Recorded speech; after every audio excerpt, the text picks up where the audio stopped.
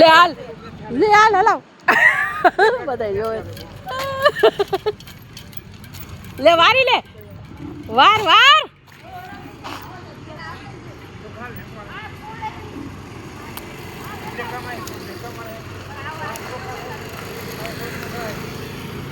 પગ તો લે આમ જવા દે આમ પેટ્રોલ વાળી છે કાકા બેટરી વાળી આવે બસ અરે વહી જાય ને ઘરે લઈને પછી તમે શું કરશો